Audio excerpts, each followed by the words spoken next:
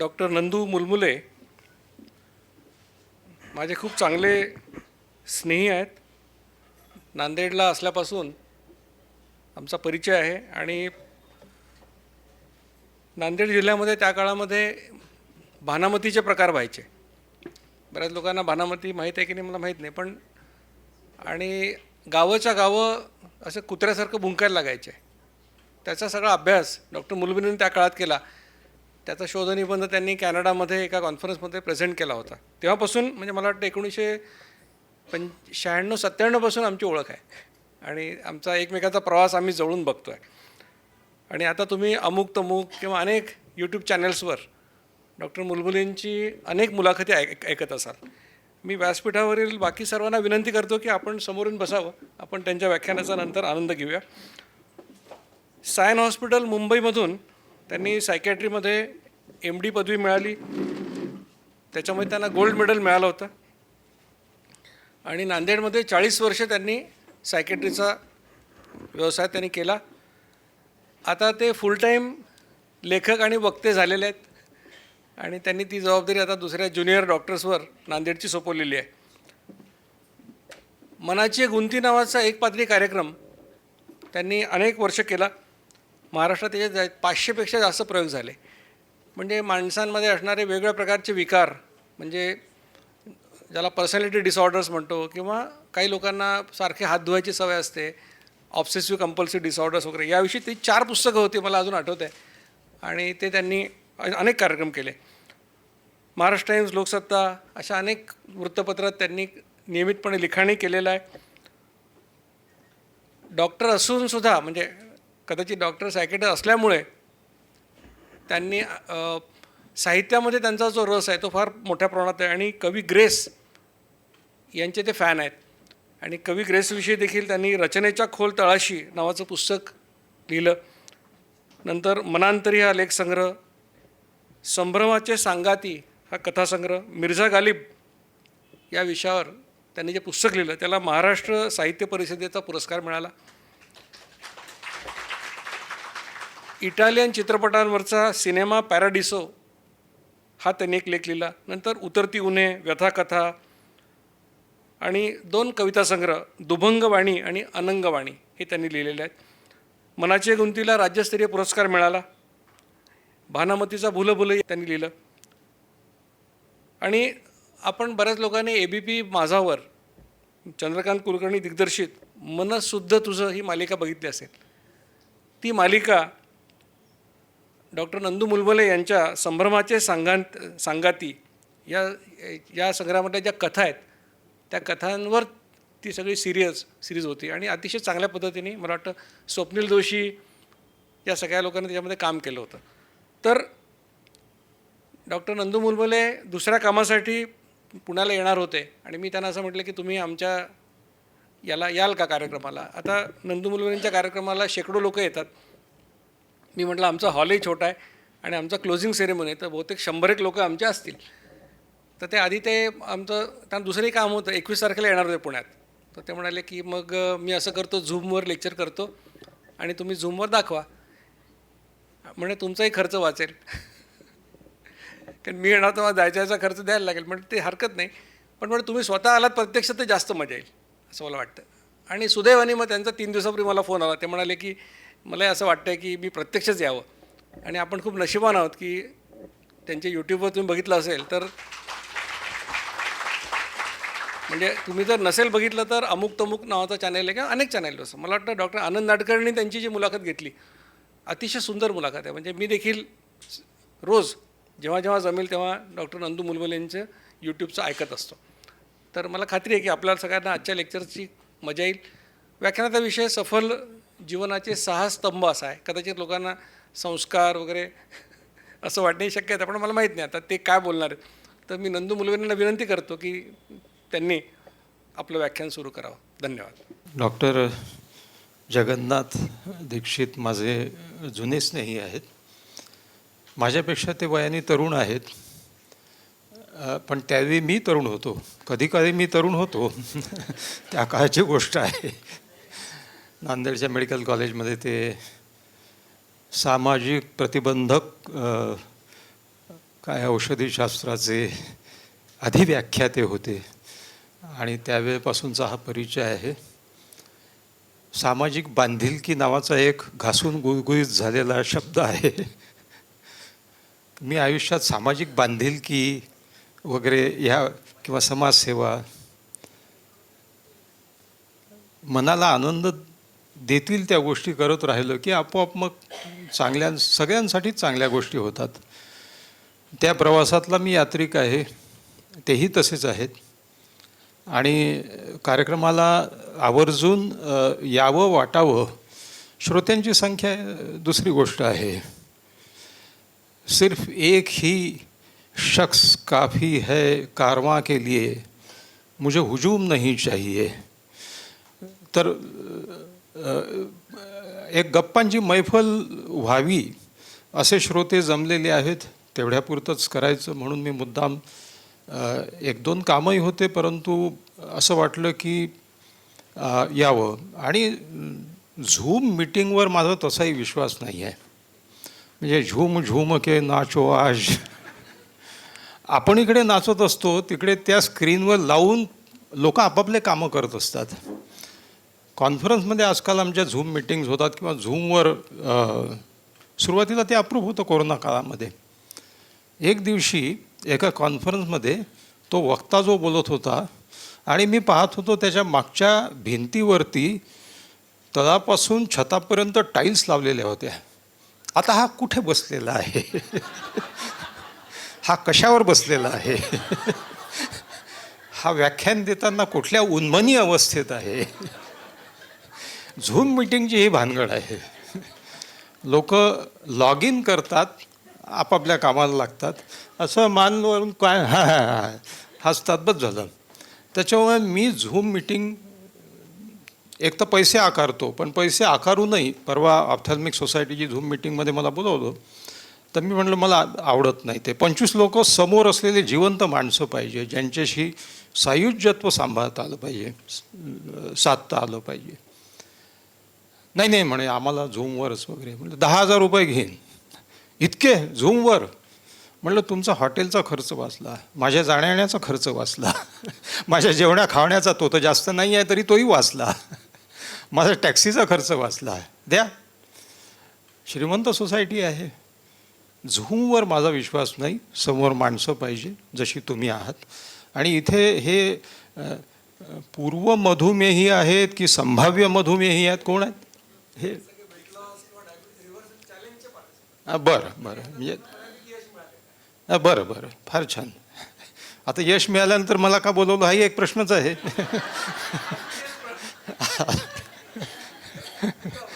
टिकावं, यश टिकून राहावं. पण मी वेट लॉसबद्दल बोलत नाही आहे. मी इगो लॉसबद्दल बोलतो. इगोचा एक क्षय झाला पाहिजे. इगो मानसशास्त्राच्या अर्थाने नाही, मानसिकतेच्या अर्थाने माणसाचा अहंभाव जो आहे. आणि सफल जीवनाचे 6 स्तंभ. डॉक्टर दीक्षितांनी मला विचारलं की काय टायटल ठेवायचं, काय ठेवायचं. आता खरं सांगायचं तर मी ते मांजर जसं फेकलं की 4 पायावर उभं राहतं आपोआप. कुठलाही विषय द्या, मी बोलू शकतो, जे बोलायचं ते बोलतो, पण त्याला मी आवरण चांगलं देऊ शकतो. पण खरी गोष्ट हीच आहे की त्याच्या मुळाशी सगळ्या जगण्या वागण्याच्या तेच असतं, अंतिम सत्य, अंतिम सत्व. 6 स्तंभ का बरं? मी आपलं जे एक टायटल दिलं, सफल जीवनाचे, छान वाटतं ना असं टायटल, सफल जीवनाचे 6 स्तंभ. माझ्याजवळ 10-15 स्तंभ आहेत. माझा मित्र म्हणाला हे 6 स्तंभ कुठून काढले? पण मनात आलं, काढले. तसं काही नाही आहे. एकही स्तंभ पुरे आहे जर तो पक्का आणि चांगला असला. आणि 10-12 स्तंभ आहेत, त्यातले 6 निवडलेले आहेत. या 6 स्तंभांचा विचार केला. शेवटी कशी आहे, इमारत जी उभी राहते ती त्याच्या सपोर्ट सिस्टीमवर तुमच्या मनाला उभारणी देणारे जे काही शाश्वत मूल्य आहेत, हे समजलं माणसाला तर बऱ्याचशा या ज्या जीवनातल्या आरोग्याच्या गोष्टी आहेत, ते वेट लॉस असेल, मधुमेहाचा काय म्हणतात त्याला, कंट्रोल असेल किंवा स्वीकार असेल, दोन्ही गोष्टी. शेवटी काही गोष्टी स्वीकाराव्या लागतात. म्हणून माझ्या स्तंभाचा पहिला सगळ्यात महत्त्वाचा स्तंभ, हे जीवन जर आपण अशी इंजिनिअरिंगची कल्पना करू की हे पूर्ण हॉल जर एका स्तंभावर उभा करायचं आहे समजा, तर हे जीवन पूर्ण एका स्तंभावर उभं ठेवायची अट असेल तर तो एक स्तंभ हा पहिला, स्वीकार. मी या शब्दापासूनच सुरुवात करतो. तत्पूर्वी मी जिथे जातो तिथे त्या हॉलची पाहणी करतो आणि त्याची वैशिष्ट्य नोंदवतो. मला सगळ्यात गोष्ट काय आवडली असेल या हॉलची, या सभागृहाची, ती म्हणजे सायुज्यत्व. काही काही ठिकाणी वक्ता आणि श्रोता याच्यामध्ये 1.5 मैलाचं अंतर असते. चेहरे दिसले पाहिजेत, एकमेकांचे भाव ओळखता आले पाहिजे. त्याच्यामुळे उंच व्यासपीठावर सिक्युरिटीच्या नावाखाली हे लोक भाषण देतात. मला निश्चित वाटतं की या लोकनेत्यांच्या मनामध्ये तुटलेपणाची एक भावना येत असते की आपण माणसांच्या जवळ जाऊ शकत नाही. माणूस हा समाज प्राणी आहे. त्याला एकमेकांचा आधार लागतो, एकमेकांचं काय म्हणतात त्याला, बंधुत्व लागतं. दुसऱ्या हॉलचं वैशिष्ट्य म्हणजे तो एक भाग आहे. दुसऱ्या हॉलचं वैशिष्ट्य म्हणजे समोर छानपैकी घड्याळ आहे. आता ते पुरेसं मोठं नाही आहे पण ठीक आहे, आणि ते एका बाजूला लागलेलं आहे, ते सेंटरला यायला पाहिजे. थोडंसं मी परफेक्शनिस्ट माणूस आहे, त्याच्यामुळे ते मध्यावरती नंतर सूचना करतो काही लोकांना की ते सेंटरला आणावं. फायदा आहे, वक्त्याला सतत भान राहतं काळाचं, वेळेचं.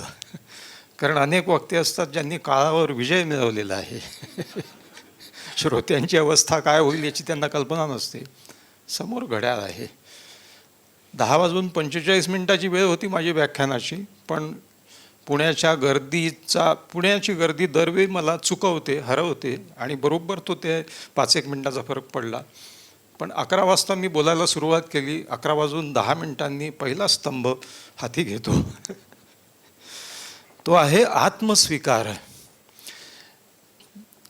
आपण सफल जीवनाचे, आता या करायचा शब्दच्छल तर प्रत्येक गोष्टीचा केला पाहिजे. सफल म्हणजे काय आणि विफल म्हणजे काय हाही एक प्रश्नच आहे. पण ज्याला आंतरिक आत्मीय आनंद मिळेल, समाधान मिळेल, किंबहुना आनंद मिळो न मिळो, माणूस कंटेंटेड झाला पाहिजे आयुष्याच्या किमान संध्याकाळी, तसंच आयुष्याच्या सकाळीसुद्धा. समाधानी असणं हे यशस्वी, सुखी किंवा आनंदी असण्यापेक्षाही महत्त्वाचं आहे. Because it brings you to the state of equilibrium with the nature, with the forces that created you. आता हे कंटेंटमेंट म्हणजे सफल जीवन. सफल फळासह, फळाच्या मागे नाही लागलं तर जे आपोआप मिळतं तेच खरं फळ आहे.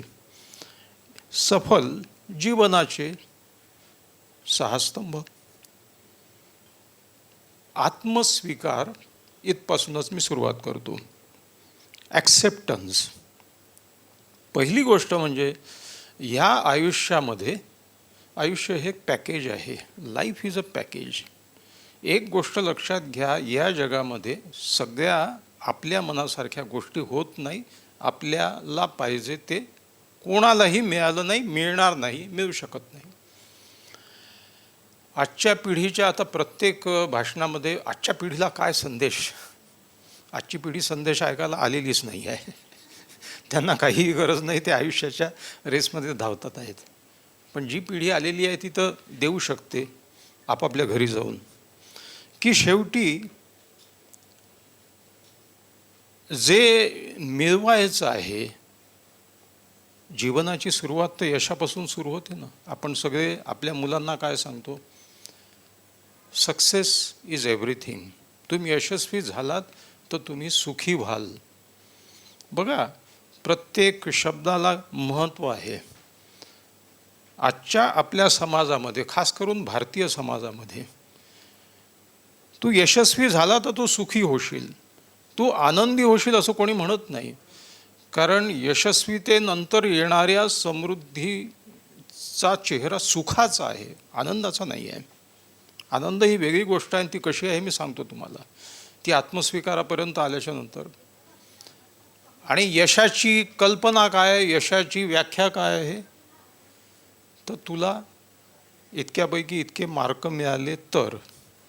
आता जो प्रचंड गदारोळ उठलेला आहे तुम्हाला सगळ्यांना माहीत आहे, आता ते शब्दोच्चार करण्यात अर्थ नाही आहे, पण हे अनिर्बंधपणे इतक्या प्रचंड प्रमाणामध्ये समाज ढवळून काढणार आणि मुलांची भावविश्व उद्ध्वस्त करून टाकणारी व्यवस्था का झालेली आहे, याच्या मुळाशी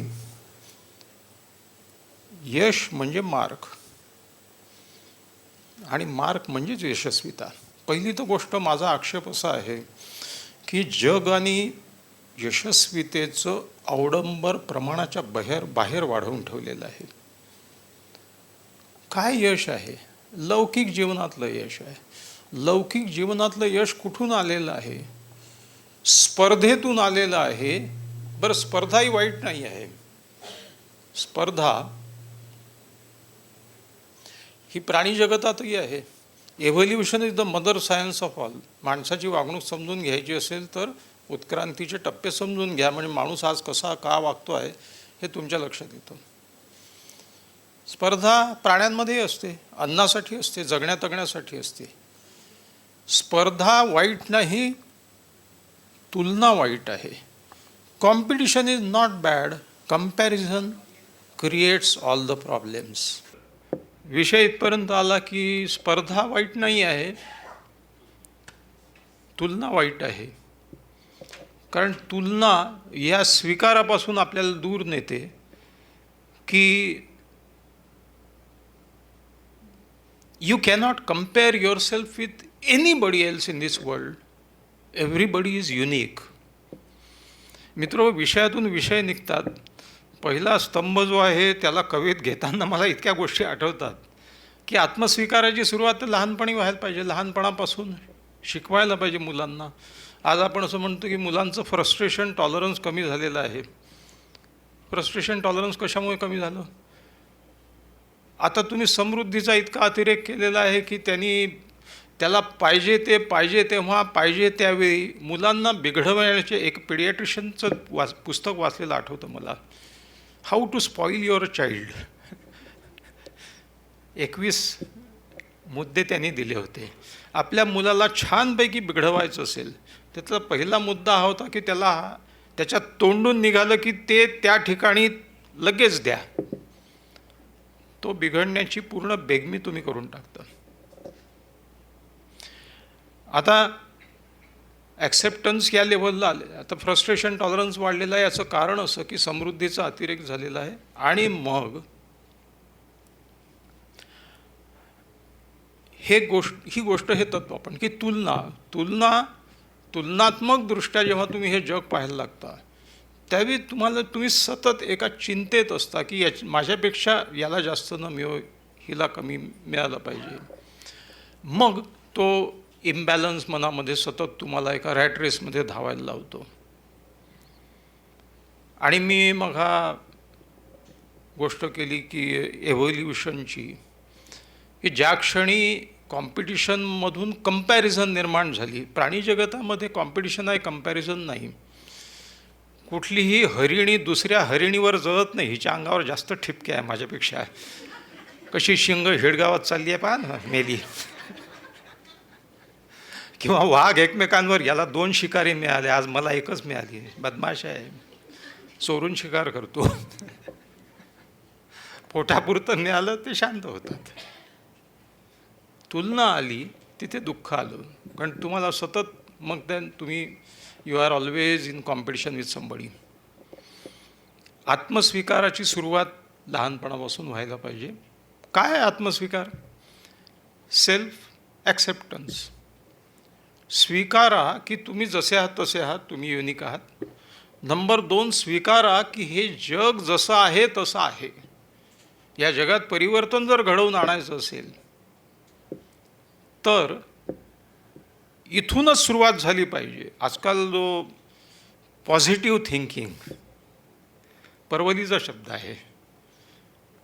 माझ्याकडे बाप घेऊन येतो पोराला, डॉक्टर साहेब हा फार निगेटिव्ह थिंकिंग करतो, याला पॉझिटिव्ह थिंकिंग याला शिकवायला, पॉझिटिव्ह झाला पाहिजे. माझ्या डोळ्यासमोर चित्र उभं राहते की मी एक इलेक्ट्रिशियन असून ते पॉझिटिव्ह निगेटिव्ह हे घेऊन हातात बसलेलो आहे. छरछर छर्रे उडतात आहेत. त्याच्या पाठीतून निगेटिव्ह काढले आणि खस 2 पॉझिटिव्ह टाकले, लगेच पॉझिटिव्ह झाला. बरं, हे लोक पुस्तकं लिहितात आणि त्यांची पुस्तकं बेस्ट सेलर होतात. अमेरिकन बेस्ट सेलरच्या पहिल्या 10 मधले 7 पुस्तकं behavioural sciences, how to think positively, how to win friends, how to, आता मित्र कसे करावे याच्यावर पुस्तकं.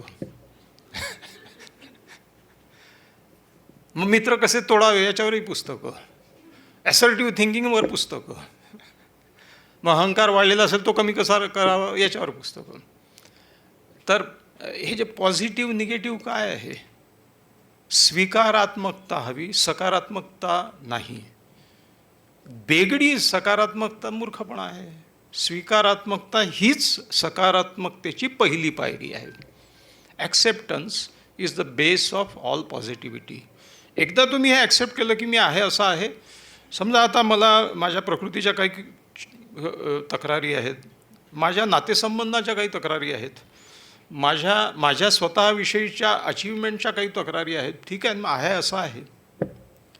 मग आहे असं आहे म्हटल्याच्यानंतर तो खंत निराशेकडेही जात नाही किंवा मग चिडचिड नाही होत त्याची की माझ्यापेक्षा इतर लोक पुढे चालले मागे चालले. ते तुलनेतून निर्माण झालेलं आहे. Accept that this world is as it is. हे जग आहे असं आहे. अब क्या करे. ठीक आहे. नंबर 3, असे तर रोज मला उदाहरणं पाहायला मिळतात की लोक झगडतात आपल्या प्राक्तनाशी. You cannot fight with your fate. Nietzsche नावाचा एक फ्रेडरिक नीत्शे एक तत्त्वज्ञ होऊन गेला. त्याचं एक फार सुंदर तत्त्व आहे, आमोर फाती. आमोर म्हणजे प्रेम आणि फाती म्हणजे फेट. तो तर एक पाऊल पुढे जाऊन म्हणतो की आपल्या प्राक्तनावर प्रेम करा. लव्ह युअर फेट. ओके, माझ्या वाट्याला आलेला आहे. Once you start loving your fate, then you stop fighting with your fate. Then you stop fighting and spending your energy on issues which you cannot change. मित्रो, या जगामध्ये सगळे चांगले लोक नाही आहेत. ही धारणा आपण धरून चाललो पाहिजे की माणसं सगळी चांगली असतात. पण या जगात खूप दुष्टही माणसं असतात. ती आपल्या वाट्याला आली तर मग सहन करण्याशिवाय किंवा समजून घेण्याशिवाय किंवा दुर्लक्ष करण्याशिवाय दुसरा मार्ग उरत नाही. आपली संस्कृती अशी आहे की आपल्याकडे 1 जन्माची नाही 7 जन्माची बेगमी, तीसुद्धा वडाला दोरे बांधून. कायच वाह, काय कल्पना आहे. झाडाला दोरे बांधून 7 तो नवरा दुरून पाहत असतो. 7 जन्माचा तर देवा कमीत कमी हा 7वा असू दे.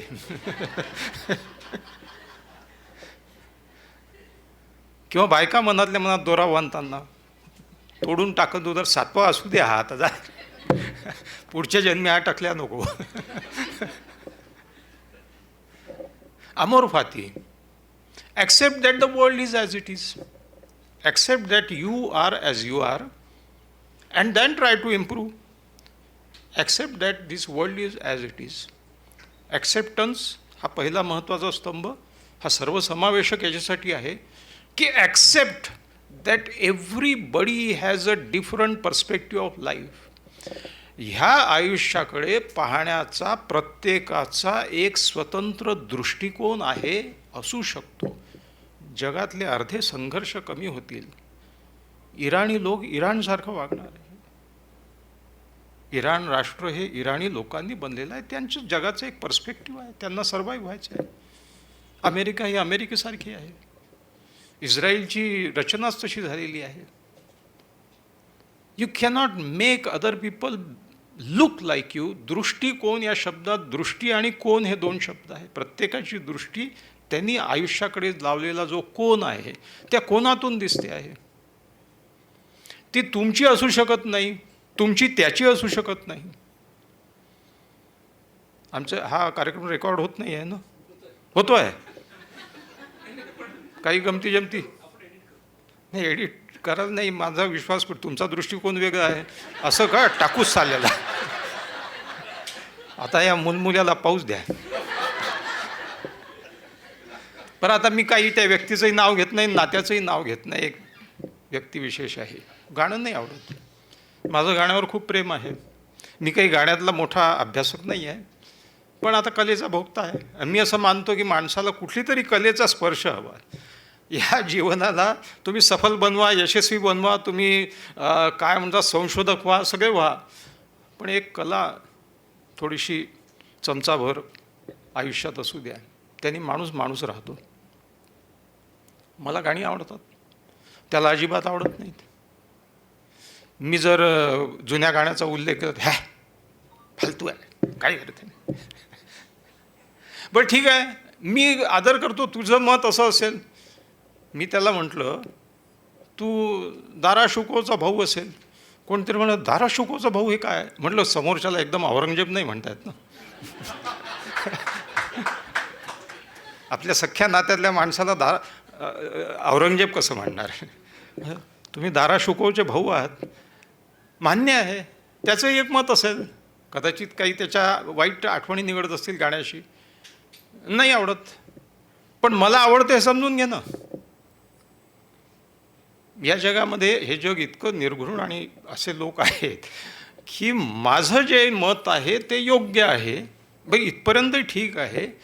दुसऱ्याचं हे मत असता कामा नये. कापा त्याची शेपूट, ठोका त्याला. तुला कसं आवडते. अरे मला आवडते, हा माझा दृष्टिकोन आहे आणि हे माझ्या मालकीचं मत आहे, माझं आहे. Accept that people are looking through their eyes at this world. तुम्ही उभे आहात, बाजूला एक कुत्रा आहे आणि त्या कुत्र्याच्या पाठीवर एक माशी बसलेली आहे, गोमाशी बसलेली कुत्र्यांच्या पाठीवर. तुम्हाला माहिती आहे, हे जग आपल्याला जसं रंगीबेरंगी दिसते तसं कुत्र्यांना नाही. कुत्र्यांना धूसर रंग दिसतात. They don't see the colours of this world like what we see. कुत्र्याला मला माधुरी दीक्षितने पाहिलेलं आहे की अंजली दीक्षितने पाहिलेलं आहे हा फरक कळत नाही. त्याच्या लेखी सगळ्या सारख्याच. कुत्र्याच्या पाठीवर बसलेली माशी, तिला तर जग दिसतच नाही. जग जी त्याला दृष्टी म्हणता तुम्ही, ते दिसणं, तिला she is attracted to the warmth of the dog's skin. तिचं जग तेच आहे. प्रोफेशनचा त्याचा काय संबंध आहे. डोळ्याच्या डॉक्टरला कॅटरॅक्ट, हार्ट स्पेशलिस्टला हार्ट अटॅक, हाडाच्या डॉक्टरची येता जाता हाडं मोडतात. काय बालिश, बाल्यबुद्धी, पण ती खूप मोठ्या माणसांमध्ये दिसते. बाल्य जपणं वेगळं आणि बाल्यबुद्धीची जोपासना करणं वेगळं. बाल्य जपा, आणि बाल्य जपा म्हणजे रांगत चाला आणि कोणालाही चॉकलेट मागा असं नाही. बाल्यबुद्धी म्हणजे कुतूहल वृत्ती जपा. कुतूहल वृत्ती जपणं म्हणजे बाल्यबुद्धी जपणं आहे, बाल्य जपणं आहे. तर 40 वर्ष मी ते दिवस रात्र तेच ऐकतो आहे. याला सांगितलं आहे तू सायन्स घे, मी नाही होऊ शकलो डॉक्टर, तू झाला पाहिजे. तुझ्या आशा आकांक्षा त्याच्या करवी तू पूर्ण करायचा निघाल. त्याचं काहीतरी व्यक्तिमत्व आहे ना. खलील जिब्रानचं एक फार सुंदर, त्याची कविताच आहे ती एक प्रकारची, की ही तुमची मुलं तुमच्या मालकीची नाही, ती फक्त तुमच्या माध्यमातून या जगात आलेली आहे. तुमच्या मुलांना तुमचे विचार देऊ नका, त्यांना त्यांचे स्वतःचे विचार आहेत. तुम्ही त्यांच्यासारखं होण्याचा प्रयत्न करू शकता, त्यांना तुमच्यासारखं अजिबात करण्याचा प्रयत्न करू नका. तुम्ही फक्त ती धनुष्य आहात ज्यांच्या प्रत्यंचेवर तुमचे मुलं जे आहेत बाणासारखी ठेवलेली आहेत. ही प्रत्यंच्या नीट स्थिर धनुष्य धरा, प्रत्यंच्या पूर्ण ताकदीने खेचा आणि हे बाण जगामध्ये सोडा. हे बाण वैशिष्ट्यपूर्ण आहेत. ते आपली दिशा, आपला वेग आणि आपलं लक्ष स्वतः ठरवतात. असे हे वैशिष्ट्यपूर्ण तीर आहेत तुमची मुलं. आणि प्रार्थना करा की तुमचं धनुष्य स्थिर राहील, तुमची प्रत्यंच्या पूर्ण ताकदीने तुम्ही ओढाल आणि त्यांना या जगामध्ये सोडाल. मुलांवर मालकी. 3 पिढ्यांचे संसार करणारे बुड्ढे पाहिले आहेत मी. स्वतःचा काय बट्ट्याबोळ करायचा तो झाला, मग मुलांचा, मग तो म्हणतो नातवाला कुठल्या शाळेत टाकायचं आणि कुठल्या नाही टाकायचं याच्यात आजोबा सांगतो. मग किती पिढ्या संसार कराल? संपला ना आता. माझा दृष्टिकोन तो सगळ्यांचा झाला पाहिजे. या अट्टहासापायी माणसं आयुष्य दुःखी करून घेतात. अगदी कालची गोष्ट आहे, संध्याकाळची. मित्राकडे गेलो, माझ्याच वयाचा आहे. त्याची मुलगी मुलीकडे राहतो पुण्याला. मुलीचा याचा जावई जो आहे तो खाजगी नोकरी करतो, मुंबईला जा-ये करतो वगैरे. मुलगी 2 मुलं आहेत लहान. मग मुलगी म्हणाली की आता मलाही असं वाटतं नोकरी करावी, पार्ट टाईम का होईना. मुलं आहेत, तू आता मुलीकडे राहतो, नातवांना सांभाळण्याचं काम तू राहतो म्हणजेच ते काम आपोआप तू घेतलेलं आहे अंगावरती. ह्याची बायको म्हणजे मुलीची आई म्हणते की काही नोकरी बिकरी करायला नको, मुलांना सांभाळ, मुलांवर नीट संस्कार कर. काय करायला नोकरी करून?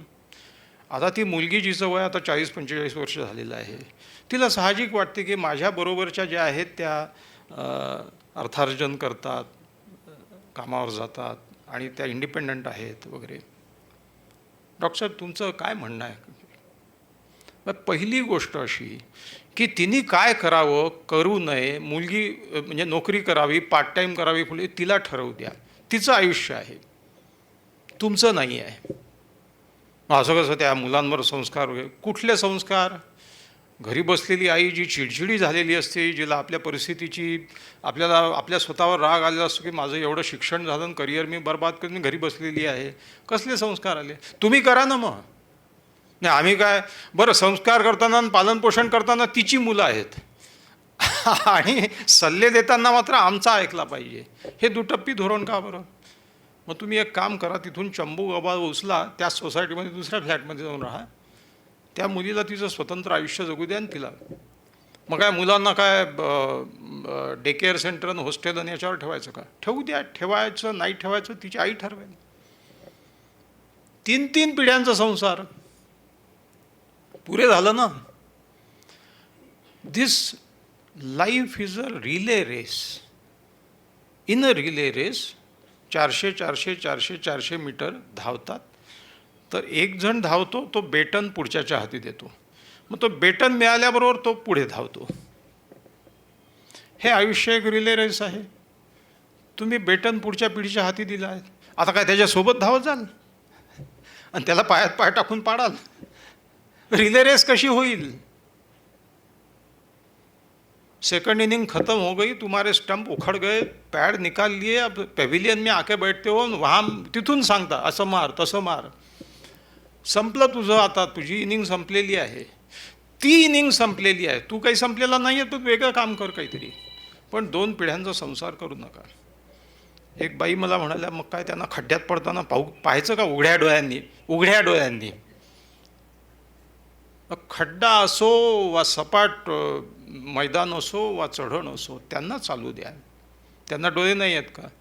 मग आपल्या उघड्या डोळ्यांनी त्यांचं वाईट होताना पाहायचं का? म्हटलं उघड्या डोळ्यांनी पाहायची इच्छा नसेल तर डोळे मिटा, कायमचे मिटा ना. बरं, काहीही खड्ड्यात पडत नाही. आणि खड्ड्यात पडेल तर ते शिक्षण असेल त्यांचं, त्यांना काय समजत नाही का? आणि खरं तर आता जीवनशैली अशी बदललेली आहे की नवनवीन क्षेत्र असे आलेले आहेत ज्याचं ओ का ठो मला माहीत नाही. कोणतरी माझ्या नात्यातला निघतो, काय करतोय तो, तो असा काहीतरी कोर्स सांगतो जो माझ्या बापजन्मी मी ऐकलेलाच नाही आहे. बरं, मी तर डॉक्टर आहे ना, मला तर बुद्धीच नव्हती म्हणून मी डॉक्टर झालो. मी आता हे एडिट करा. डॉक्टर होण्यासाठी फार बुद्धिमत्तेची गरज नाही. डॉक्टरकी हे कौशल्य आहे. तुमच्या सगळ्यांच्या मनातले गैरसमजाचे जळमट काढून टाका. डॉक्टर हा शहरी 12 बलुतेदारापैकी एक आहे. जसं सुतार, लोहार, चांभार, घिसाडी, तेली खेड्यामध्ये असतात. तसं mechanic, electrical engineer, architect, electrician, plumber, doctor, कौशल्याधारित तांत्रिक कौशल्य असलेली ही व्यक्ती आहे. ह्याचा ज्ञानाशी दूर दूरपर्यंत संबंध नाही. डॉक्टर असून सुद्धा, आता डॉक्टर असून सुद्धा कौतुक आलं वाट्याला ते ठीक आहे. डॉक्टर माणूसच आहे आणि तो फक्त कौशल्यपूर्ण काम करणारा माणूस आहे, तंत्रज्ञ आहे. पुन्हा आता विषयातून विषय कसा निघतो पहा. ज्ञ म्हणजे ज्ञान संस्कृत, अज्ञ म्हणजे ज्याला माहीत नाही, तज्ज्ञ म्हणजे त्याला एखाद्या गोष्टीचं कौशल्य आहे. प्रज्ञ जेव्हा लागतो तेव्हा ज्ञान विशाल होतं. आणि एवढ्यावरही भागत नाही. हे असून सुद्धा माणसं अविचारीपणे वागतात, कारण त्याला अनुभवाची आणि मानवीयतेची जोड मिळाली की मग तो सुज्ञ होतो. जेव्हा सु म्हणजे चांगलं ज्ञानाला लागतं, ती सुज्ञता मिळवायला खूप वर्ष जावी लागतात. आणि सुज्ञता काय सांगते, ती खेड्यातल्याही माणसाच्या अंगी असू शकते. सुशिक्षित माणसात नसतेच. नाही तर मग एवढ्या मोठ्या राष्ट्राचा जो राष्ट्राध्यक्ष आहे, तो रोज सकाळी उठून वेड्यासारखा बरवतो, काहीही बोलतो. सगळ्या जगाला वेठीला धरलेला माणूस, कुठे सुज्ञता आली, कशाचं काय, संबंधच नाही काही. सत्तेच्या अत्युच्च पदावर गेलेल्या माणसाची ही कहाणी आहे. तेव्हा हे तज्ज्ञ आहेत, हे तांत्रिक कौशल्य आहे. याचा सुज्ञतेशी संबंध नाही. सुज्ञ केव्हा होतो, जेव्हा त्याला ह्युमॅनिटीची जोड लागते ना, माणुसकीची जोड लागते. त्याच्यामुळे विषयाची सुरुवात इथे झाली की acceptance. Accept that people are as they are and they have their own दृष्टिकोन. छोटीशी आठवण आहे, अभय बंग यांनी आपल्या पुस्तकामध्ये छान लिहिलेली आहे. आता खूप मोठी माणसं आहेत ती, पण आठवणी खूप छान आहेत त्यांच्या. बापूजींनी पहिल्यांदा जेव्हा सत्याग्रह हा शब्द वापरला, त्यावेळी विनोबा बापूंचे शिष्य असूनही बापू विनोबांना फार मानायचे, कारण तो ऋषितुल्यच माणूस होता. तर विनोबा म्हणाले की बापू, ये सत्याग्रह शब्द ठीक नहीं है. तर बापू म्हणाले, क्या कह रहे हो, सत्याग्रह शब्द क्यों, क्या है. तो विनोबा म्हणाले की सत्य का आग्रह और जो मैं कह रहा हूँ उसी सत्य का आग्रह, ऐसा अर्थ हो गया, ये तो सही नहीं है. तो मग बापू म्हणाले की फिर क्या शब्द हो ना. तो विनोबा उत्तरतात, सत्यग्राही बनो, इस सत्य का ग्रहण करो कि हर एक का सत्य अलग अलग है. हे जग व्यक्तिनिष्ठ आहे, वस्तुनिष्ठ नाही. हे जग तुम्ही पाहता तसं आहे. हे जग ॲब्सोल्यूट ट्रूथ नाही आहे. किंबहुना हे जगच सगळं एक मायावी स्थिती आहे. एकदम तुम्ही थेट शंकराचार्यांपर्यंत तुमची दाळ जाऊन पोहोचते. मी काय आध्यात्मिक, मी आत्ता इंदोरला गेलो, 2 भाषणं दिले. ते म्हणे, दाढी बढ़ाओ और वो कपडे पहन लो तो तुम तो बहुत अच्छे महाराज बनोगे. सोपं आहे ना, आपल्या आयुष्यात समजण्यासारखं आहे की हे जग, जसं शंकराचार्य म्हणतात, कस्त्वम कोहम कुत आयात कामे जननी को में तात. समझ तो लो कहाँ से आए हो, किसने पैदा किया है, कहाँ जाओगे. विश्वम त्यक्त्वा स्वप्न विचारम. हे विश्व एक स्वप्न आहे. माया याचा अर्थ भ्रम, भास किंवा खोटं नाही आहे. माया याचा अर्थ हे तात्पुरतं आहे. ब्रह्मसत्य जगन्मिथ्या. मिथ्या याचा अर्थ खोटं नाही आहे, तर मिथ्या याचा अर्थ शंकराचार्यांच्या दृष्टीने हे बदलतं रूप आहे. It's going to change. You are in a transitory age, you are in a transitory state and phase of mind.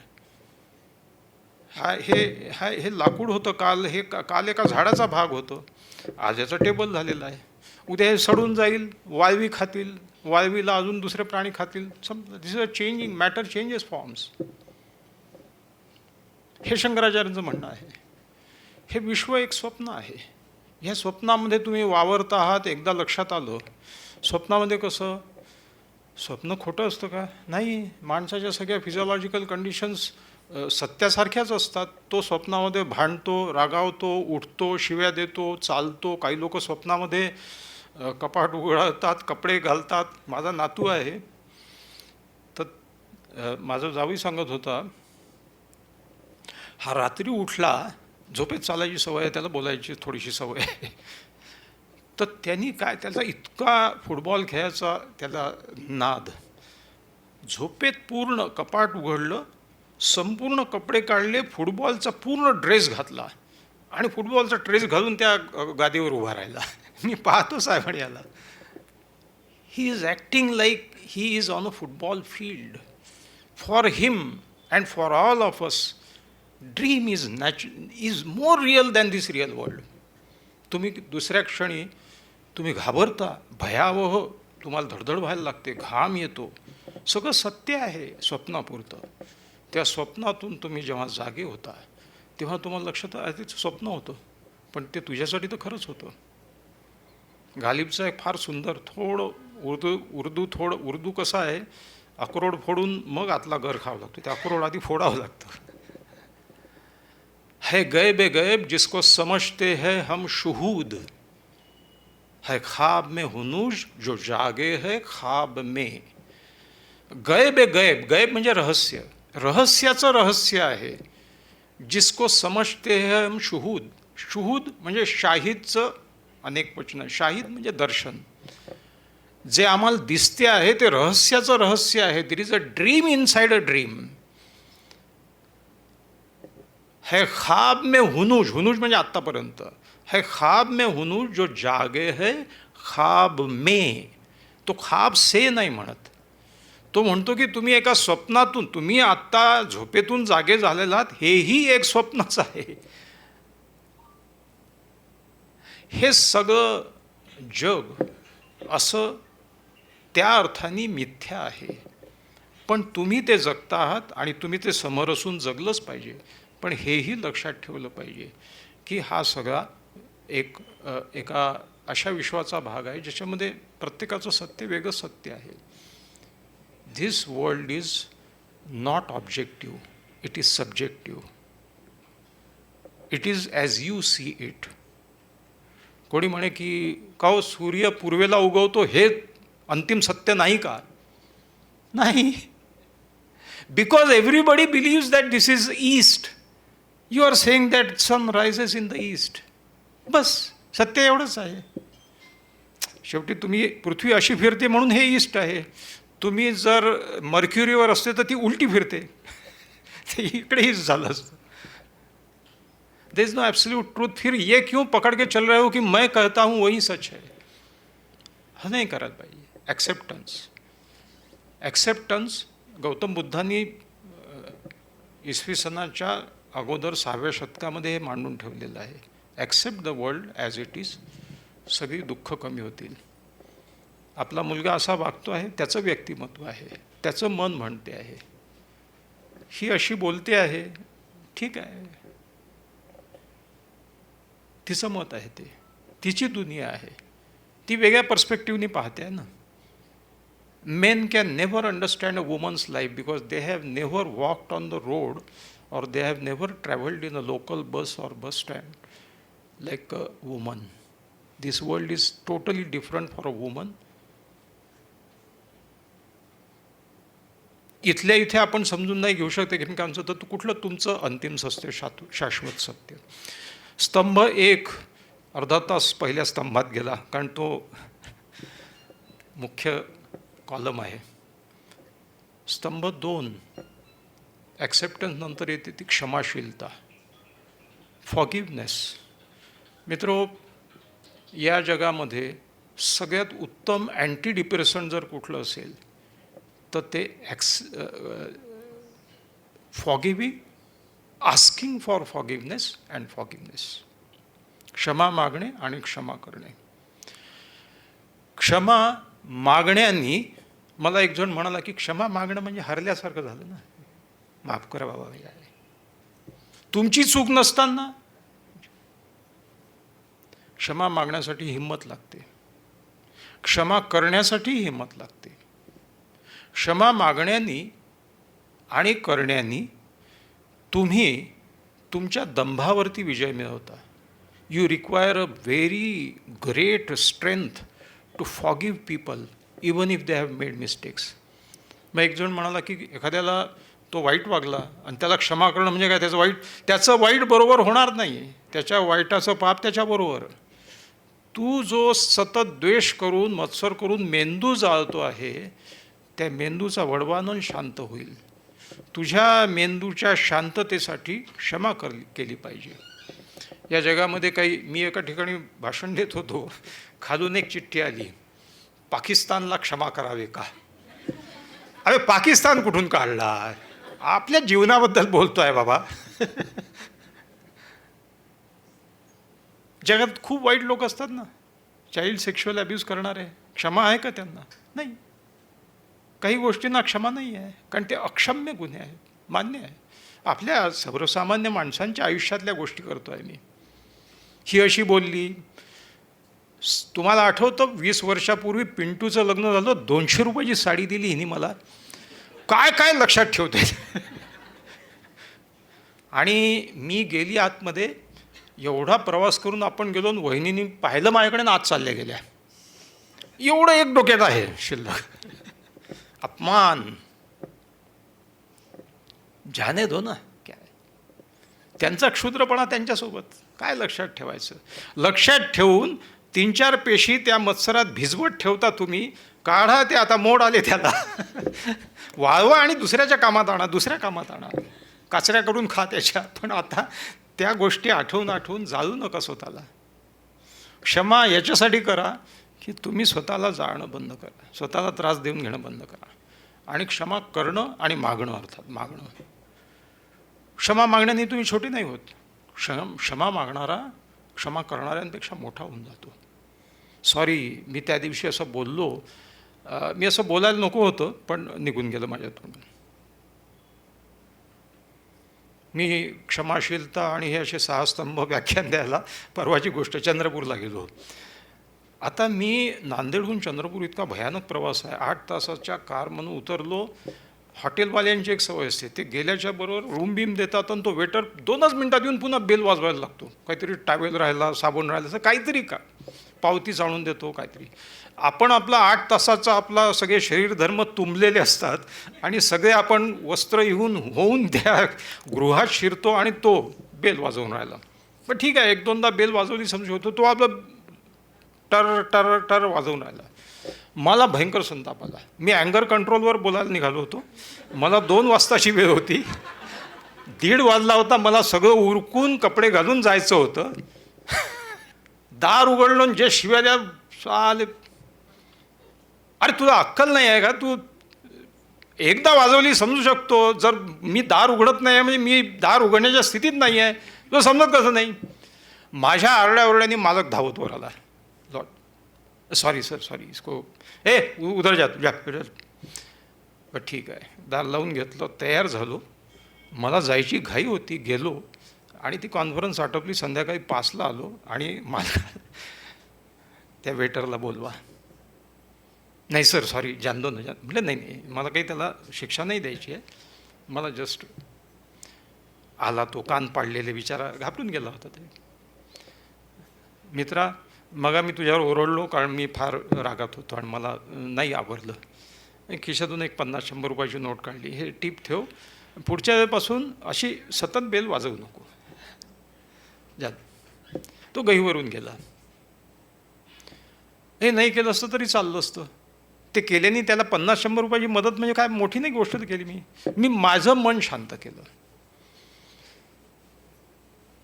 माफ इसलिए करो की तुम्हारा दिल ठंडा हो जाए. आणि खूप छान वाटतं, नंतर चांगलं वाटतं. जरा असं असामान्य झाल्यासारखं वाटतं. काही नाही लागत त्याला. आणि काही तुम्ही महान बिहान होण्याची काही गोष्ट नसते, तुम्ही माणूसच होता. पण तुम्ही म्हणता की सॉरी, मी मग बोलायला नको होतं असं. आणि रागाचीही सोय ठेवा. माणसंच आहोत ना आपण. आता किती मोठं भाषण दिलं तरी सुद्धा कोणी काही खुरापत काढली मला राग येणारच. पण तो मी रिअलाईज करतो, शक्यतोवर होऊ देत नाही. झाला तर मग नंतर मी उपरती मला होते आणि मी होतो, बस ठीक आहे, पश्चाताप, इट्स ओके. क्षमा करणे, क्षमा मागणे, द बेस्ट अँटीप्रेशन इन द वर्ल्ड. ॲक्सेप्टन्स झालं, 2 स्तंभ झाले, 3रा स्तंभ सांगतो, कृतज्ञता, ग्रॅटिट्यूड. मित्रो, we must be grateful to many people in this world. एक म्हण आहे, it takes a village to raise a child. कितीतरी गोष्टी आमच्या जीवनात लोकांनी केलेल्या आहेत ज्याची कृतज्ञता आम्ही व्यक्त करत नाही. आपण मराठी माणसं तर असे कदरू आहोत की आपण कार्यक्रमात टाळ्या मनापासून वाजवत नाही. तो सुरू, डॉक्टर मुलमुलेंना पारितोषिक मिळाले होते मग ते सुरू करतात. त्याला स्वतः सुरू करावं लागते जे ओळख करून देणार आहे. हा तर गमतीचा भाग झाला. दाद नाही आपल्याला देता येत, हे जनरल मराठी माणसाचं गुण. वा वा क्या बात है, वा, त्याला स्फुरण चढते ना, आतल्या आत खुश होत असतात आणि ऐकत असतात. असे वराडकार लक्ष्मणराव देशपांडेंनी एक गोष्ट सांगितलेली आहे. पुण्याला पहिला प्रयोग केला त्यांनी. तर ते म्हणाले की कोणाचाही रिस्पॉन्स नाही. वराड मी असं जीव ओतून करत होतो आणि मध्यांतर होईपर्यंत एकही पुणेकर हसायला तयार नाही. मध्यंतरामध्ये मला काळजी वाटायला लागली की जो माझा एवढा प्रयोग औरंगाबाद आणि इकडे तिकडे घासला तर का नाही. त्या बटाटवाड्यापाशी गेलो तर तिथे लोक भरभरून बटाटवाडे बटाटवाडा मधल्या सुट्टीत खायला लागला म्हणजे त्याला आवडला आहे प्रयोग. तर ते मग झालं तिथे सगळं. झाल्याच्या नंतर त्यांनी त्या मॅनेजरला बोलवलं, काय प्रकार आहे, कोणी सर ते अशा हसून राहिले म्हणे, आतून त्यांना खूप आवडते आहे, तुम्ही करत राहा, हे पुणेकर आहेत, हे पटकन तुम्हाला शेफारू नये माजून जाईल. तर ते असे पोटं धरून असे हसून राहिले म्हणे, काही काळजी करू नका, मस्त चाललाय, चालू द्या. मग लोक हे म्हणजे कसं आहे, बालगंधर्वांच्या पूर्ण ॲक्टिंगमधनं उजव्या पायातला बूट दुसऱ्या डाव्या पायातल्या बुटापेक्षा वेगळ्या रंगाचा होता बालगंधर्वांचा. आज ॲक्टिंग पहा ना, नाही ते जाऊ द्या. वृत्ती आहे कृतज्ञता. एक छोटीशी आठवण सांगतो, माझ्या आईशी निगडीत आहे म्हणून, की आई 1948 साली काहीतरी 47-48 सालची मॅट्रिक त्या काळची. आणि त्या काळी मुली शिकत म्हणजे घरचं सगळं काम करून मामाच्या घरी राहून शिकून मॅट्रिक झाली आणि लग्न ठरलं, तिचं लग्न झालं. ह्या गोष्टीची आठवण एक 20-30-40 वर्षानंतर आमचा मामा आला होता आणि तो म्हणाला की अरे तुम्हाला माहीत नाही तुमची आई कशी शिकली. घरचं सगळ्यांचा स्वयंपाक पाणी करायचं, शाळेला जायचं, झाडझूड, सकाळी पहाटे 5ला उठायची, झाडझूड करायची, घरचं सगळं पाणी भरणं हे ते सगळं करायची, शाळेत जायची आणि त्या कष्टातून तिने मॅट्रिक पास केलं. त्या काही 2nd क्लासमध्ये पास होणं म्हणजे 1st क्लासमध्ये क्वचितच कोणी यायचं. तर असं शिक्षण तुमच्या आईने पूर्ण केलेलं आहे. तर ही गोष्ट मामानी बोलून दाखवली. 40 वर्षांतर सहज गप्पा निघाल्या. ही गोष्ट मी आईला बोलून दाखवली की प्रभू मामा असं म्हणत होता. ती इतकी गहिवरून गेली की ती 40 वर्ष विसरूनच गेली होती की कोणाला ॲप्रिसिएशन आहे, कृतज्ञता आहे, की किती कष्टातून ती मॅट्रिक झालेली होती. तिचा तो दिवस किती आनंदाचा गेला असेल. त्याच्यानंतर कितीतरी दिवस तो हृदयात तो आनंद भरून राहिला असेल तिच्या, की समबडी रिमेंबर्स. तुम्ही एखादी छान कविता आवडली, एखाद्याचं छान वागणं आवडलं, एखाद्याचं छान दिसणं आवडलं, तुम्ही फोन करा, अरे आज तो बहुत बढ़िया तुमने, मस्त. मध्ये मी एका कवी मित्राला फोन केला माझ्या की दासू यार तुझी कविता फार मस्त वाटली, आज मी फेसबुकवर वाचली होती. तो म्हणाला डॉक्टर साहेब आजचा दिवस माझा किती आनंदात जाणार आहे याची तुम्हाला कल्पना नाही, की तुमच्यासारखा माणूस माझा म्हणजे माझ्यासारखा काय. कोणी रसिक जेव्हा तुम्हाला दाद देतो तो दिवस किती आनंदात जातो. तुम्ही रस्त्यात भेटलात, कोणाला म्हणणार आहे आज खूपच छान, यू आर ग्लोईंग नाईसली, ही तुझी साडी खूपच छान दिसते आहे तुला. तर त्याचा दिवस कृतज्ञतेचा भाग आहे हा सगळा. स्तंभ नंबर 3 झाले. पुढचे 3 जे आहेत त्यातले उर्वरित 2 आहेत ते मुलांसाठी. विशेषतः मी तुम्हाला मगा उल्लेख केला आणि शेवटचा जो आहे तो सर्वसमावेशक आहे, तो म्हणजे यशाच्या व्याख्या.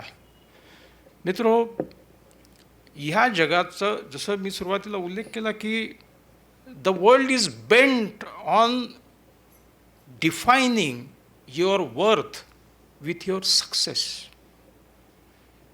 जगाला फक्त यशस्वी माणसं पाहिजे आहेत अशी समजूत सगळ्यांची करून देण्यात आलेली आहे, विशेषतः मुलांची. मग यशावर इतक्या स्टेक्स आहेत की येन केन प्रकारेण मग त्या यशाला अशी पाया फुटतात. मग त्या मग यशाची कल्पना ही मार्कांशी निगडीत केल्यामुळे मग असे भयंकर प्रकार घडतात. का? मुलांच्या आयुष्यामध्ये जर तुम्हाला मुलांना आनंदी ठेवायचं असेल, सुखी नाही, सुखी म्हणजे सुखाचा संबंध ख म्हणजे इंद्रिय, सु म्हणजे चांगलं, म्हणजे इंद्रियोपभोगातून मिळतं ते सुख आहे, आनंद नाही. तुम्हाला मुलांना समृद्धी देऊन आनंद नाही देता येणार, सुख देता येईल. अमेरिकेहून एका बाईने फोन केला, मी इथे सुखात आहे, मी रिसर्चमध्ये आहे, नवराही चांगला आहे माझा. म्हटलं कशाला फोन केला तू? आम्हाला ऑनलाईन काउन्सिलिंग खूप जगभरातून येतात, मराठी माणसं जिथे ते गेलेले. माझी आई आणि वडील औरंगाबादला राहतात आणि मला आईसाठी फार वाईट वाटते आणि तिच्यासाठी मी तुम्हाला फोन केला आहे काउन्सिलिंगसाठी. म्हटलं काय झालं? तर वडील आमचे श्रीमंतच होते, उद्योगपती, अत्यंत कडक स्वभावाचे. मी म्हणेल तेच झालं पाहिजे या घरामध्ये.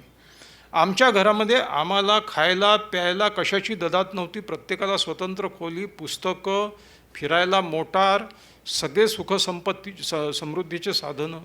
एकच गोष्ट नव्हती, वडील कधीही आमच्याशी प्रेमाने बसून बोलले, हसले, वागले असं नाही.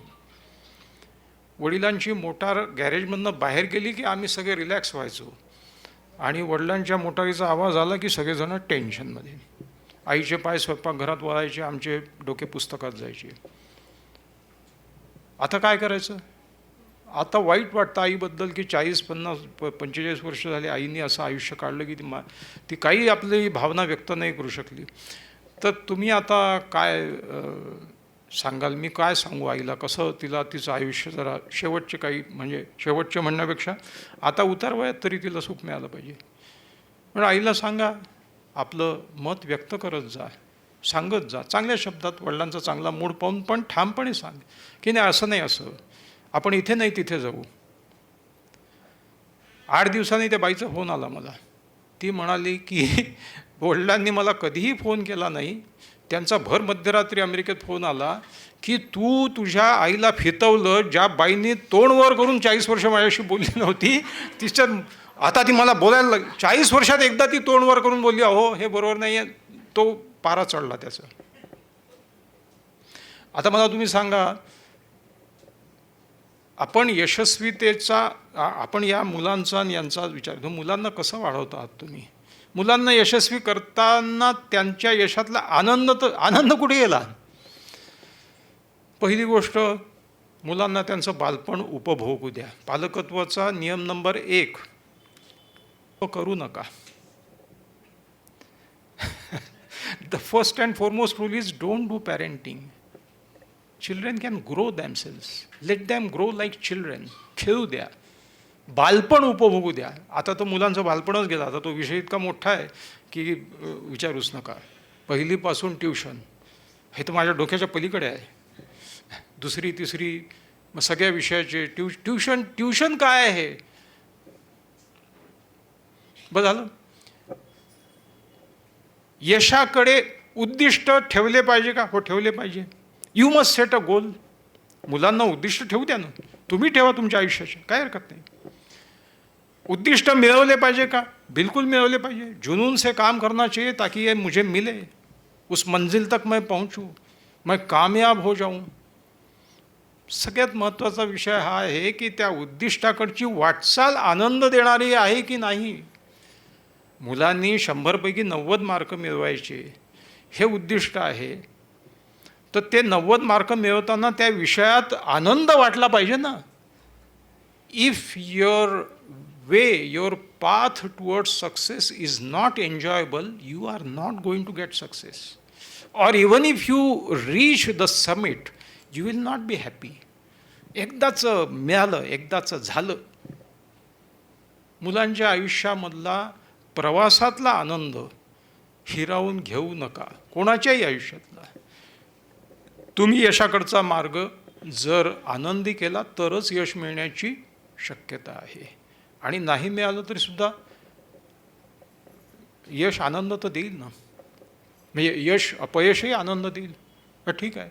तुम्हाला आत्ता एक मॅच झाली बॅडमिंटनमधली, त्या प्लेयर्सही नाव विसरलो मी. आपला देश असा आहे की क्रिकेट क्रिकेट क्रिकेट, आपण बाकी सगळ्या स्पोर्ट्सला इतकं कमी महत्त्व दिलं आहे. असं काय नाव होतं त्याचं, लक्ष्य सेन. टाइम्स ऑफ इंडियाने अग्रलेख लिहिला, लक्ष्य सेन फायनल हरला पण तो जिंकला. इतकी फाईट दिली जिगरबाज, 5 सेटवर नेला तो. आणि थॉमस कप होता का काय, तो फार महत्त्वाचा होता. जो जिंकला तो थकून गेला. आणि लक्ष्य सेन फक्त काही लक्ष्यापासून आपल्या काही 1-2 पॉईंटनी, पण ती जी फाईट दिली that was more worth than the success. ये तो फाइट ही सक्सेसफुल है, मंजिल की ज़रूरत नहीं है. राह बनी खुद मंजिल, पीछे रह गई मुश्किल, साथ जो आए तुम.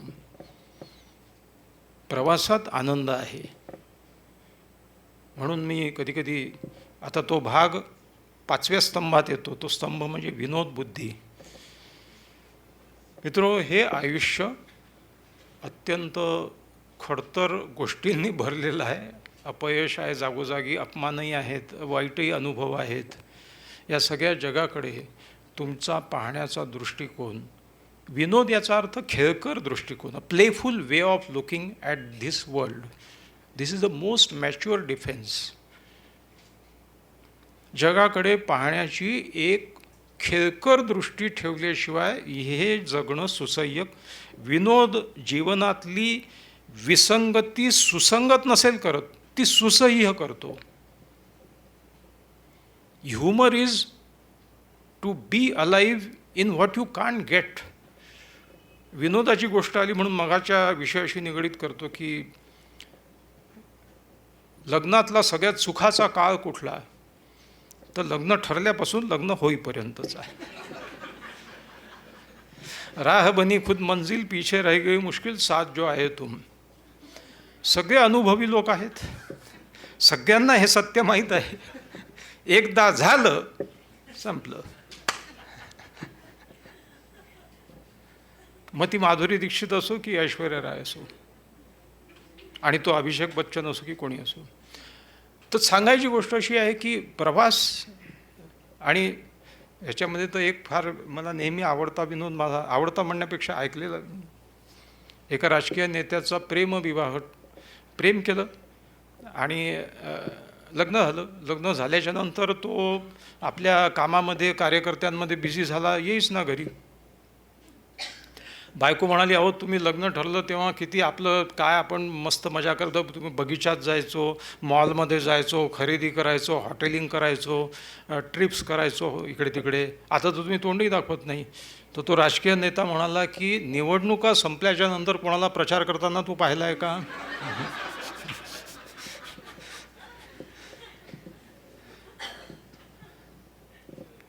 खत्तम बात. प्रवासात आनंद आहे, आणि हा आनंद याच्यासाठी आहे की you must enjoy if you want to achieve anything. लोक मला असं म्हणतात की हे तुम्ही असं काय म्हणतात, पॉडकास्टर झाले, लेखक झाले, हे झाले ते झाले. मी जे काही झालो ते स्वांत सुखाय केलं म्हणून झालो. मी मनाची एक गुंती नावाचा एक स्टँडअप शो करायचो. 500 प्रयोग केले महाराष्ट्रभर. मी 50 थिएटर शो केले मुंबईला.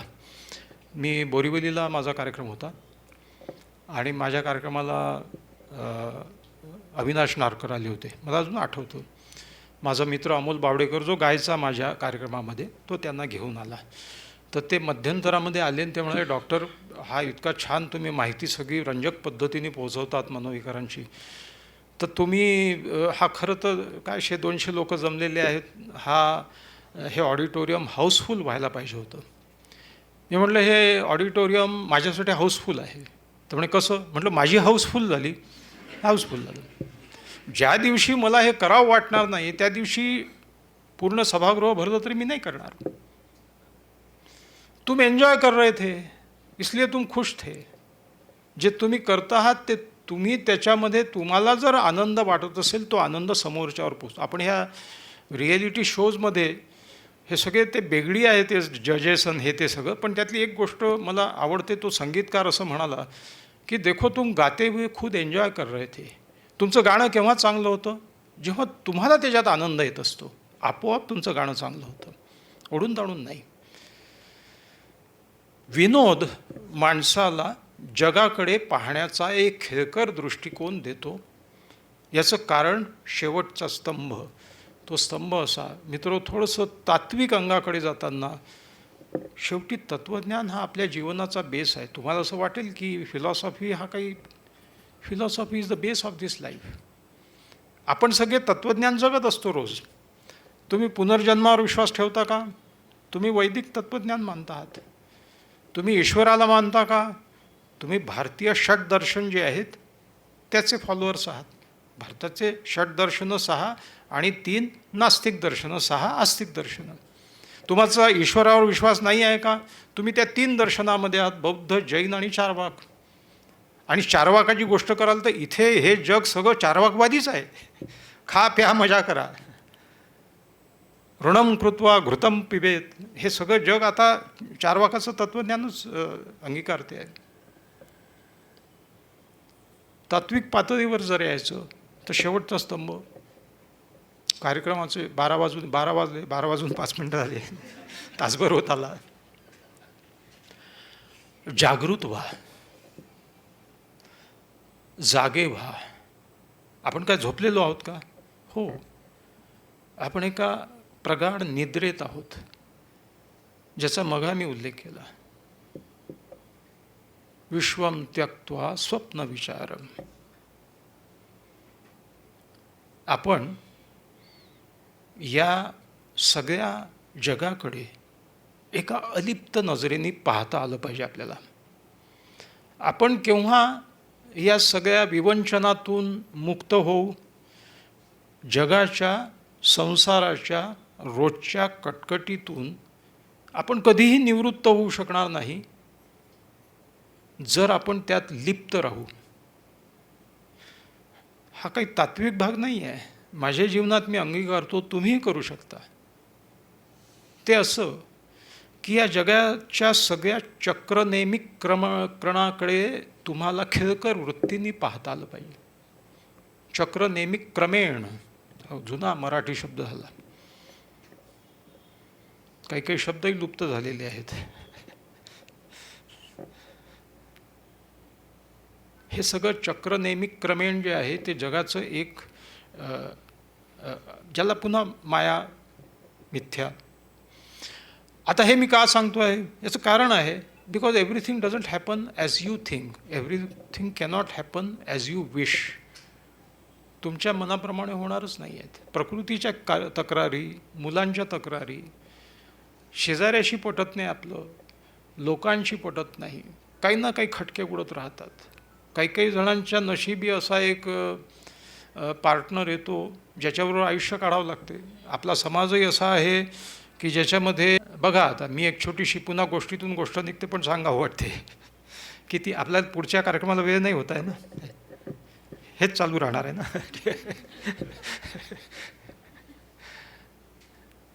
हे असं की जेवढी जेवणाची वेळ पुढे जाईल तेवढा वेट लॉस होईल. काही जणांना भारतामध्ये WHO आनंदी देशांची उतरंड दरवर्षी WHO लावते, हॅपीनेस इंडेक्स. त्याच्यामध्ये अनेक क्रायटेरिया आहे, पण अर्थात हॅपीनेस ही एक मानसिक संकल्पना आहे. Happiest countries in this world, Finland, Norway नाही, फिनलँड असं माझं मत आहे. तुमचा दृष्टिकोन वेगळा असू शकतो हे मी स्वीकारतो, पण एवढ्यापुरती मी बसलो. माझ्या माहितीप्रमाणे फिनलँड लागोपाठ 3 वर्ष आहे, आणि अर्थात नॉर्वे आहे. North European countries in general, Sweden, Denmark, Iceland, सर्वोच्च हॅपीनेस इंडेक्स आहे त्यांचा. भारताचा क्रमांक कितवा आहे? 127वा होता, तो 123वा झाला असं म्हणतात. घटस्फोटाचं प्रमाण उत्तर युरोपियन कंट्रीजमध्ये किती आहे? 60% of all marriages and in divorce. भारतात घटस्फोटाचं प्रमाण किती आहे? 1%. भारताचा हॅपीनेस इंडेक्स 127 आणि तिथला पहिला. यातून तुम्ही काही निष्कर्ष काढावा असं मी सुचवत नाही आहे. स्टॅच्युटरी वॉर्निंग आजकाल, it is up to you. काय आहे हे? हे सगळं चक्र नेमिक्रमण आणि याच्याकडे पाहण्याची अलिप्तता का बरं? आपण या समाजात राहतो, आपला समाज असा आहे, आपली मूल्य अशी आहेत, आपण ईस्टर्न लोक आहोत, आपण पौरात्य विचारसरणीचे लोक आहोत, हजारो वर्षापासून आहोत. त्यांची विचारसरणी त्यांची, ते वाईट आपण चांगले अजिबात नाही, आपण श्रेष्ठ ते अजिबात नाही, ते सर्वश्रेष्ठ असंही नाही, पण ते प्रयत्न करतात आहेत. म्हणून विवेकाधिष्ठित भावनिक मानसोपचार वगैरे या भानगडी तिकडच्या आहेत. तो समाजच विवेकी आहे, तो विवेकावर आधारित आहे. कारण तिथे 17व्या शतकामध्ये रिनेसाँ झालं, पुनर्जागरण. त्याचवेळी धर्माचं महत्त्व कमी होऊन गेलं. आपल्याकडे धर्माचं महत्त्व अजून वाढते आहे. त्याचा सारासार बुद्धीशी विवेकाशी किती संबंध आहे मी काही या भानगडीत जात नाही, तुम्ही तुमचा विचार करा. पण सांगायची गोष्ट अशी की पौरात्य पाश्चिमात्य मूळ विचारसरणीत फरक आहे. आपली मूल्य वेगळी आहेत, आपली इकॉलॉजी ती आहे. या सगळ्या गोष्टीपासून कटकटीपासून तुम्हाला सुटका तशी होणार नाही, पण मानसिक सुटका करून घेता येईल. जागृत व्हा, वेगळे व्हा, अलिप्त व्हा. आता हे काय आहे? हे असं आहे की या सगळ्या जगाकडे एकदा तुम्ही घरच्या कटकटीकडे अलिप्तपणे पाहायला लागलात. बायको अंगावर धावून आली, काय तुम्हाला दरवेळी सांगायचं वगैरे. मी रागवत नाही, मी तिचं निरीक्षण करतो. कशा झेंज्या सोडून माझ्या अंगावर येते आहे, तिचं म्हणणं काय आहे, किती वर्षापासून ती असं करते आहे, आणि तिचा स्वभाव कसा आहे. एकदा रागाची जागा कुतूहलाने घेतली की राग निघून जातो. तुम्हाला भयंकर राग आला असेल ना, कुतूहल वृत्ती जागृत करा. हा असा केस पिंजारून काय उभा आहे, याचे डोळे असे थोडे तिरपे दिसतात आहे, त्याचं तोंड हे दात घासले आहे कसं कधी, हिने आंघोळ केली दिसत नाही. कुतूहल वृत्ती जागृत झाली की राग निघून जातो. हे साक्षी भाव. बाजी चाय, गालिबचा सगळ्यात आवडता माझा जो शेर आहे, बाजी चाय अतफाल है दुनिया मेरे आगे, होता है शबो रोज तमाशा मेरे आगे. मेरे आगे म्हणण्यामध्ये गालिब म्हणतो की मी इथे आहे आणि माझ्या समोर हे सगळं चाललेलं आहे. बाजीचा म्हणजे बगीचा, फारसी शब्द आहे. अतफाल म्हणजे लहान मुलं. लहान मुलं बगीचात खेळतात आहेत. बाजी चाय अतफाल है दुनिया. हे जग कसं आहे, इतके बालिश स्वभावाचे लोक आहेत या जगामध्ये की खरंच लहान मुलांच्या खेळणं वागणं सुरू आहे. आणि त्या लहान मुलं जसे काहीतरी घेऊन असे नाचतात, तसे काही जण असे नोटा अशा उंचावून नाचतात, काही जण पदं घेऊन नाचतात, काही जण कपडे घेऊन नाचतात, काही जण म्हणतात मी रॅम्प वॉक करतो आहे, काही जण म्हणतात मी सुपरस्टार आहे, काही जण म्हणतात काही म्हणतात. सगळे खेळ आहेत लहान मुलांचे. बाजी चाहे अतफाल है दुनिया मेरे आगे, होता है शबो रोज तमाशा मेरे आगे. तमाशा आहे, वाईट अर्थाने नाही आहे. माणसाचं जीवन आहे ते. लहान मुलाचा मोठा माणूस, मोठा माणसाचा म्हातारा झाला तरीसुद्धा लहान मुलासारखं वागणं, 2-2 पिढ्यांवर राज्य करणं, आपलं पकडून ठेवणं. एकदा तुम्ही त्याच्याकडे अलिप्त नजरेने पाहायला लागले, जागृत भावाने पाहायला लागले, साक्षी भावाने पाहायला लागले की आपोआप तुम्हाला त्याच्यातून तुमची जी इन्व्हेस्टेड अँगर आणि बाकी एनर्जी आहे ती एकदा तुम्ही स्वतःमध्ये केंद्रित केली की मग तुम्हाला त्यांच्या वागण्याचं फक्त कुतूहल उरते. कुतूहल खतम करू नका, नाही तर मग तुम्ही बधीर सुन्न. आणि मी असं नाही म्हणत की दगड होऊन जा, कशाचाच परिणाम नाही. नाही, खेल में भी रहो और खेल से परे भी रहो. तुम्ही चेस खेळता, चेसचं पट आहे, आणि मी आणि डॉक्टर दीक्षित चेस खेळत बसलेलो आहोत. आता हा घोडा आहे का? हो, हा घोडा आहे. हा राजा आहे का? हो, राजा आहे. हा वजीर आहे का? हो, हा वजीर आहे. हा उंट आहे का? हा उंट आहे. आता समजा ते जिंकले, मी हरलो, खेळ संपला, किंवा मी जिंकलो, ते हरलो. आता तो चेसचा पट बंद केला आणि त्या सोंगट्या घेऊन त्या डब्यात टाकल्या. आता तो घोडा आहे का? नहीं, आता तो लाकडाचा तुकडा आहे. आता तो वजीर आहे का? नहीं, वो लकड़ी है, लकड़ी का बनाया हुआ है. खेलो तब घोड़ा ऊंट हत्ती समझ के खेलो. जब खेल खत्म हो जाता है, इट्स ओके, ते लाकडाचे तुकडे आहेत. खेळात असाल, खेळा, मन लावून, समरसून, अटीतटीने खेळा, पण हे ओळखून की खेळ असेपर्यंत, खेळ संपल्याच्या नंतर सगळं लाकडाचे तुकडे होऊन जातात. मग माणसं इतके का भांडतात, इतके का प्रत्येक गोष्टीसाठी जीव तोडून, नाही नाही नाही माझं, अरे खेळ आहे ना हा, इतक्या अटीतटीला येऊ देऊ नका. आयुष्य इतकं भयंकर मनाला लावून घेऊ नका. ती मला का नाही म्हणाली, माझा मुलगा का डॉक्टर बनायला तयार नाही, माझी कंपनी 5 कोटीचं का नाही. जब खेलो, जियो तो ऐसे जियो जैसे सब तुम्हारा है, मरो तो ऐसे मरो जैसे तुम्हारा कुछ भी नहीं. ह्या मनस्थितीमध्ये चांगले धडधाकट असतानाच या. मी असं नाही म्हणत कधी तर गात राहून पडा आणि म्हणा किंवा नाही नाही नाही नाही, आत्ता तुम्ही जसे आहात तसे. इथे कोणी तरुण मुलगा असतात त्याला मी म्हणालो असतो, जीव लावून खेळ, पण लक्षात घे कि हा खेल है भाई साहब, ये खेल है. जब ये खेल खत्म हो जाएगा तो क्या होगा? न तुम, न मैं, न कुछ. अब न मैं वो हूँ, न वो तू है, न वो माजी है फराज. जैसे दो साये तमन्ना के शराबों में मिले. माजी म्हणजे भूतकाळ. जैसे दो साये, सावल्या, तमन्ना के शराबों में, शराब म्हणजे मृगजळ, मृगजळामध्ये इच्छेच्या मृगजळात भेटलेल्या सावल्यांप्रमाणे माणसं येतात जातात आणि संपून जातं सगळं. हे सगळं मृगजळ आहे.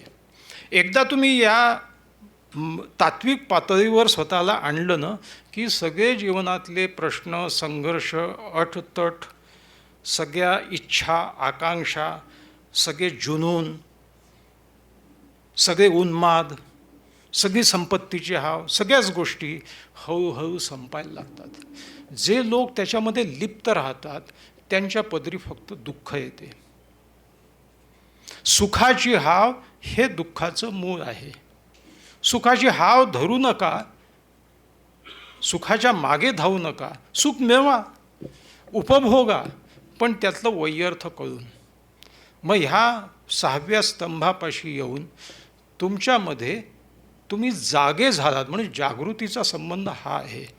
जाग जाओ और पहचानो की ये दुनिया एक खेल है. हे सगळं आयुष्य, हे सगळं जग, ह्या सगळ्यातली भांडणं, तंटे, हा शेवटी एक खेळ आहे. हा खूप वर्षापासून मानवजात खेळते आहे.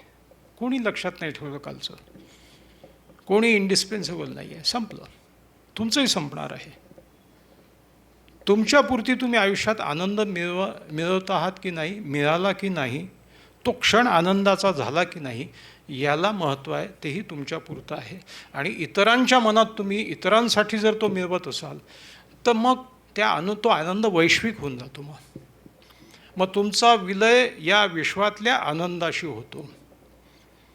अरे अरे ज्ञाना झालासी पावन, तुझे तुझं ध्यान कळवाले. दीपके दीपकी मावळल्या ज्योती, घरभरी वाती शून्य झाल्या.